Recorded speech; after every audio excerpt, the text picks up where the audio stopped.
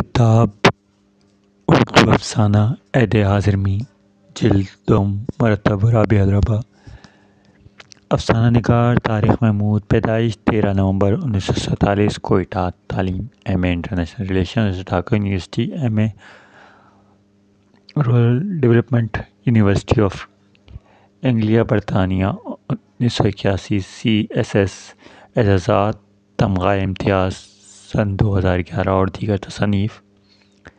شہدا افسانے 1984، آخری چال افسانے 1988، بند دروازہ افسانے 1992، اللہ میگدے ناول، بےسمت ہوائیں ناول 1996، پگن ہول 1996 ناول۔ افسانہ بدلتے منظر۔ پل کھاتی سڑک کے کنارے ناہموار دشوار گزار راستوں سے کسی سواری کا گزر ہوتے ہی زمین سے دھول اٹھنے لگی، بگولے بن کر فضا میں پھیل جاتی اور پھر دیکھتے ہی دیکھتے سڑک اور اس کے دائیں بائیں ایک طے بچھ جاتی۔ اس راستے سے بار برداری کے ٹرک، بسیں، کوسٹر، پک اپ وین، گدھے سوار مسافر، ریوڑ گزرتے والوں کو مسافروں کی لاریاں اور پک اپ میں بھیڑ بکریوں کی طرح ٹھوس دیا جاتا۔ ہچکولے کھاتے ہوئے وہ لڑکتے اور سنبھل جاتے۔ کچھ مسافر پائیدانوں سے جھولتے نظر آتے۔ پتھریلے بھرے پہاڑوں کے بیچوں بیچ کہیں برساتی نالوں کی گزرگاہیں بھی موجود تھیں۔ سسرو آہستہ آہستہ بہتا پانی، کہیں کہیں سبزہ بھی نظر آ جاتا تھا۔ بھیڑ بکریاں جھاڑیوں پر زبان چلاتی دکھتی تھیں۔ گاڑی کے ہارن کی آواز سن کر گدڑیاں چونک جاتا، کندھوں پر دونوں ہاتھوں سے لاٹھی کو اتار کر ہوا میں گھمانے لگتا، ریوڑ کو خبردار کرتا۔ بھیڑ بکریاں منمناتی، خوف و اضطراب کے ملے جلے انداز سے۔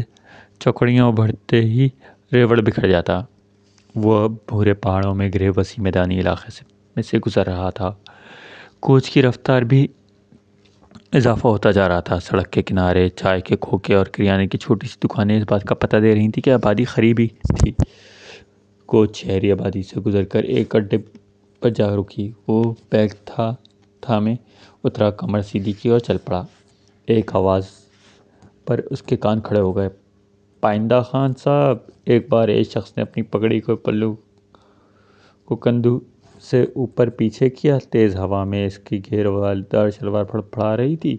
میں آپ کے انتظار میں تھا۔ پائندہ خان نے آگے بڑھ کر اس کا بیگ اپنے ہاتھ میں تھام لیا۔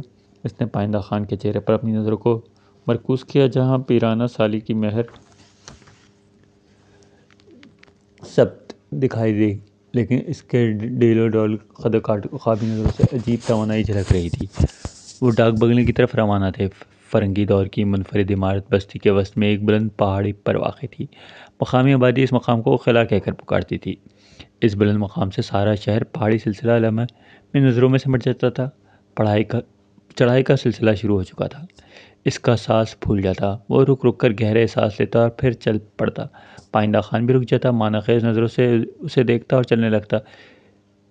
اس خنکی میں بھی پائندہ خان کے چہرے پر آڑی ترچھی جھریوں میں پسینے کے ننھے منھے قطرے سست روی سے بہہ رہے تھے۔ وہ بات کرتا تو پائندہ خان اپنے بائیں کان کے گرد ہاتھ کا پیالہ سا بنا لیتا۔ اسے شاید اونچا سنائی دیتا تھا۔ آنکھوں کی چمک اور ابروں کی جنبش سے ایسا لگتا ہے جیسے وہ دکان کے ساتھ ساتھ آنکھ سے بھی گفتگو کرتا ہے۔ اس جگہ آبادی کے چند ہزار نقوش مشتمل ہوگی۔ بکھری، اداس، سوئی ہوئی اسے محسوس ہوتا، جیسے وقت کے بہت برسوں سے یہاں کوئی طوفان مچایا تھا۔ سڑک نے آخری بل کھایا۔ ڈاک بنگلہ نظروں کے سامنے تھا۔ قدرے ڈھلوان سے پتھروں کی بلند دیوار دکھائی دے رہی تھی، جو ڈاک بنگلے کی لان تک پہنچ کر ختم ہو رہی تھی۔ پھر وہاں سے سفید ریلنگ کا سلسلہ شروع ہو جاتا۔ دیوار کے ساتھ سیڑھیاں تھیں، جنہیں عبور کر کے پائندہ خان کے ہمراہ وہ لان میں داخل ہوا۔ پائندہ خان نے ڈاک بنگلے کے دروازے کو کھولا۔ اس نے اندر آتے ہی وسیع کمرے کا جائزہ لیا۔ دیوار کے ساتھ ایک صوفہ پڑا تھا، گرد سے اٹا، جس کے چول خاصے ڈھیلے دکھائی دے رہے تھے۔ کونے میں کھانے کا ایک میز اور 4 کرسیاں بچھی تھیں۔ دیوار کے ساتھ چند بلب اور چھت کے ساتھ 2 پروں والا پنکھا لٹکا ہوا تھا۔ بیڈ روم میں قدم رکھتے ہی بسانسی آنے لگی۔ اس نے آگے بڑھ کر کھڑکیاں کھول لیں، لباس تبدیل کر کے لان میں آ گیا اور ریلنگ کے ساتھ کونیاں ٹکا کر وادی کا منظر دیکھنے لگا۔ پانی پئیں گے؟ پائندہ خان گلاس تھامے پاس کھڑا تھا۔ پانی کو ہونٹوں سے لگاتے ہی تراوت کا احساس جگا۔ پائندہ خان نے اسے وہاں کے پانی کی تاثیر کے بارے میں آگاہ کرنے لگا۔ شام کے دھندلے پھیلتے جا رہے تھے، فضا میں خنکی بڑھ گئی تھی۔ پتھریلے چٹیل پہاڑ جو اس مقام سے کہیں دور فاصلے پر تھے، سیاہی مائل ہوتے جا رہے تھے۔ نشیبی علاقے میں بکھری آبادیوں سے دھیمی دھیمی روشنی پھوٹ رہی تھی۔ اس پہاڑی سے کچھ فاصلے پر اکا دکا گاڑیوں کے گزرنے کے ارتعاش سا مٹھا فضا سکوت میں غوطے کھانے لگتی۔ وہ عجب بے چینی میں کبھی ریلنگ کو تھام کر نظر پھیلاتا تو کبھی لان میں بچھی آرام دہ کرسی پر نیم دراز ہو جاتا۔ تاریکی بڑھتی جا رہی تھی، کہیں کہیں جھلملاتی روشنی بھی دکھائی دے رہی تھی۔ تاریکی اور جھلملاہٹ کے اختلاط سے اسے جھرجھری سی ہونے لگی۔ صاحب کھانا تیار ہے، وہ پائندہ خان کی اکھڑی آواز پر ٹھٹکا۔ غالباً وہ بھی آرام کرنا چاہتا تھا۔ کھانے سے فارغ ہو کر اس نے پائندہ خان کو اجازت دی اور پھر اس لان میں آ کر بیٹھ گیا۔ رات بھیگتی جا رہی تھی، وہ سارے دن کی مسافت سے تھکا چکا تھا۔ نیم کی تاریکی میں ایک نظر گھڑی کو دیکھا، پھر بیڈ روم میں آ گیا۔ اس نے ایک نظر کمرے میں کا جائزہ لیا۔ گارے مٹی کے دیواروں سے کئی جگہ سے چونا اتر چکا تھا۔ بستر پر دراز ہوتے ہی وہ یادوں کے حولوں میں گھرتا چلا گیا۔ اس بستی میں کہیں ڈاک بنگلے کی نشیب میں اسے بچپن کے چند ماہ سال گزارے تھے۔ وہ بہت ہی چھوٹا تھا، جہاں تک اسے یاد پڑتا ہے اس نے ہوش بھی یہیں سنبھالا تھا۔ زندگی کے طویل دور سے ہو کر برسوں بعد جانا کیا چیز اسے یہاں دنوں کے بعد یاد لائی تھی۔ وہ اسے کچھ آج بھی یاد تھے، وہ جب وہ قمیص کی کف سے اپنی بہتی ناک صاف کیا کرتا، پنجوں کے بل چلنے سانس روک کے پیڑوں سے جھولتی ناشپاتیوں کو پتھر مارتا، کوئی پیچھا کرتا تو چوکڑیاں بھرتے بھاگتا۔ پہاڑی کی نشیب میں کہیں ایک اور بیرک نما عمارت میں اس کے والدین مقیم تھے۔ اسے یاد پڑتا ہے باداموں سے لدے پھدے پیڑ ہوا کرتے۔ کوئی باغ تھا جس کی مہک اس کے ذہن میں آج ہی معطر کر دیتی۔ اس کے پڑوس میں اس کے ہم عمر یاسمین ہوا کرتی، وہ اس کے ساتھ کھیلا کرتا، پڑھنے کے بہانے سے تنگ کرتا۔ غصے میں اس کے کان کی لوئیں سرخ ہو جاتی، سنہرے بال سرخ سفید رنگت، سبز آنکھیں اسے آج بھی یاد تھیں۔ باہر کا موسم آتا، وہ کیاری سے پھول توڑ کر یاسمین کے بالوں میں اڑس دیتا، وہ شرم سے کسمسانے لگتی۔ معلوم نہیں اتنے سال بعد وہ اب کہاں تھی۔ جب اس مقام سے جانے لگا تو یاسمین کتنی اداس تھی۔ ناہموار راستوں پر طویل سفر تھا۔ وہ کئی گھنٹوں کی مسافت کے بعد دریا کنارے ایک مقام پر پہنچے، جہاں ایک سرائے میں قیام کیا۔ صبح ہوئی، ایک دریا کے وسیع پاڑ کو عبور کیا۔ رات بے چینی میں کٹی، صبح ہوئی تو طبیعت قدرے بوجھل تھی۔ ناشتے سے فارغ ہو کر وہ لان میں رینگل تھامے کوسوں دور دھندلے پہاڑی سلسلے کو دیکھتا رہا، پھر وہ بستی کی طرف ہو لیا۔ اس کا رخ اس پہاڑی کی طرف تھا جہاں بیرک قائم تھے۔ نہ جانے وہ کہاں رہا کرتے تھے۔ اپنے تیز حافظے کے باوجود وہ کچھ بھی نہ جان سکا۔ زیادہ تر بیرکیں معدوم ہو چکی تھیں۔ اس نے ذہن پر زور دیا اور یہاں بادام کے پیڑ ہوا کرتے تھے، پیڑوں کا ہجوم ہوا کرتا تھا، شاید باغ تھا، لیکن یہاں تو ایک آدھ پیڑ بھی دکھائی نہیں دے رہا تھا۔ اس نے نظر سامنے پہاڑی کی طرف دیکھا، ڈاک بنگلے کے تو گھنے سبزے میں گھرا دکھائی دیا۔ پہاڑی کا وجود ہو تو ہر قسم کے سبزے سے عاری ہوتا ہے، برائے نام کہیں کہیں سبزہ دکھائی دیتا ہے۔ وہ اپنے خیالوں میں بے مقصد گھوم رہا تھا۔ ایک معصوم بچی کو دیکھ کر چونک گیا، سنہرے بال، سبز آنکھیں سرخ سفید رنگت اسے پھٹی پھٹی نظروں سے تک رہی تھیں۔ یاسمین، وہ بڑبڑایا، اپنے سر کو جھٹک دیا۔ وہ خود ادھیڑ عمری کی دہلیز پار کر چکا تھا اور یاسمین کو اتنے سالوں بعد ایک معصوم بچی کے روپ میں کیوں تلاش کر رہا تھا۔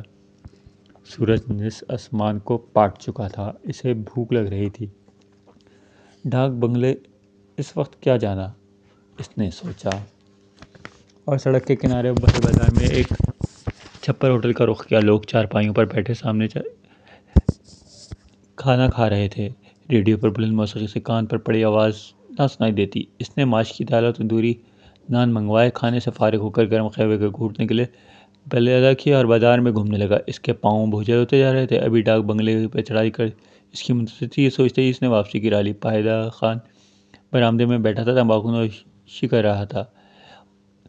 اسے دیکھتے ہی اٹھا، شلوار پر ہاتھ مارا۔ چائے بناؤں؟ اس کے جواب کے انتظار کیے بغیر وہ باورچی خانے میں چلا گیا۔ اسے خیال گزرا وہ دوائی لینا بھول گیا۔ کٹ میں سے گولی نکال کر پائندہ خان کو پانی کے لیے آواز دی۔ پائندہ خان گلاس تھامے اس کی طرف بڑھا۔ اس نے گولیاں منہ میں رکھ کر پانی کے چند گھونٹ لیے۔ یہ کس چیز کی دوائی ہے؟ پائندہ خان نے اچنبھے سے دیکھا۔ دل کی تکلیف۔ آپ کو دل کی تکلیف ہے؟ پائندہ خان قدرے چونکا۔ ہاں، اس نے گلاس تھامے ہوئے کہا۔ کب سے؟ پائندہ خان پوچھے بغیر رہ نہ سکا۔ چند برسوں سے، اب ٹھیک ہوں۔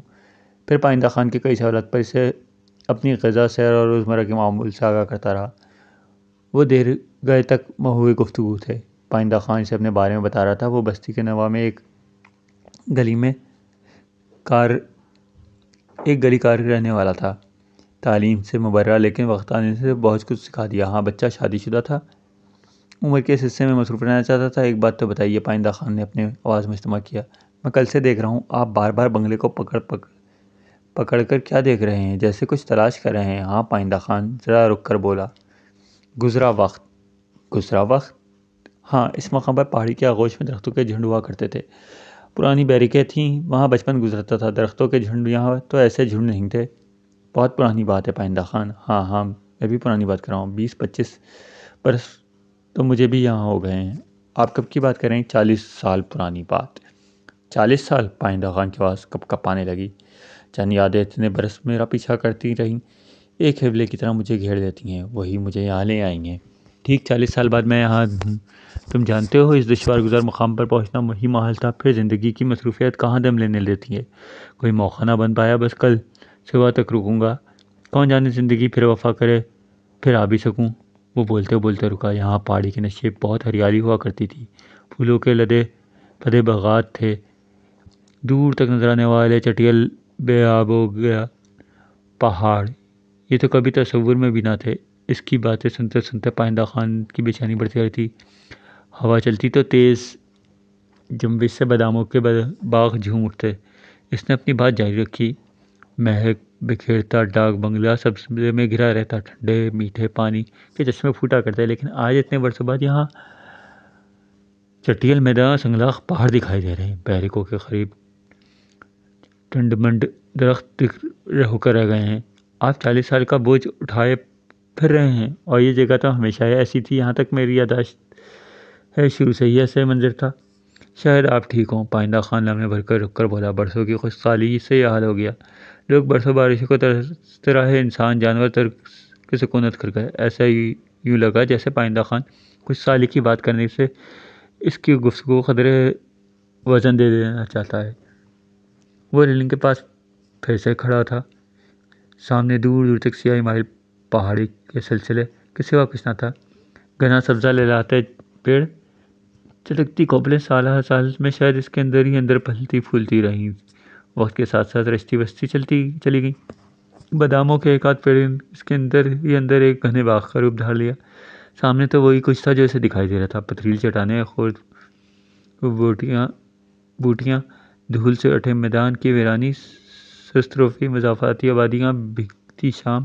وہ لان میں آرام دہ کرسی پر نیم دراز ہو کر بیٹھ گیا۔ خشک ہوا اس کے چہرے کے مساموں کو مسک کر رہی تھی۔ سنگلاخ چٹانوں، پہاڑوں کے منظر سے اس کی آنکھیں بوجھل ہو چکی تھیں۔ اس نے آنکھیں مون لیں، نرم ہوا کے جھونکوں سے اسے اونگھانے لگی۔ اب پتھریلی چٹانیں اس کے اندر توڑ پھوڑ مچا رہی تھیں، چٹانیں چٹک کر ٹوٹنے لگیں، اس کی کھوک سے ٹھنڈا پانی بہنے لگا، کوپلیں کھل اٹھیں، بیلوں سے رستا انگور، کچے باداموں کی مہک اس کے اندر ہی اتر گئی۔ وہ آنکھیں بند کیے نیم دراز رہا، پائندہ خان کے بلاوے پر بھی بے سود پڑا رہا۔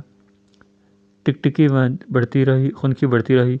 پائندہ خان نے اندر سے گرم چادر لا کر اس کے اوپر پھیلا دی۔ لگتا ہے صاحب کو کرسی پر گہری نیند آ گئی۔ پائندہ خان کو خیال گزرا، ٹھنڈے پانی، میٹھے چشموں کی مہک اسے بہت دور لے جا چکی ہے۔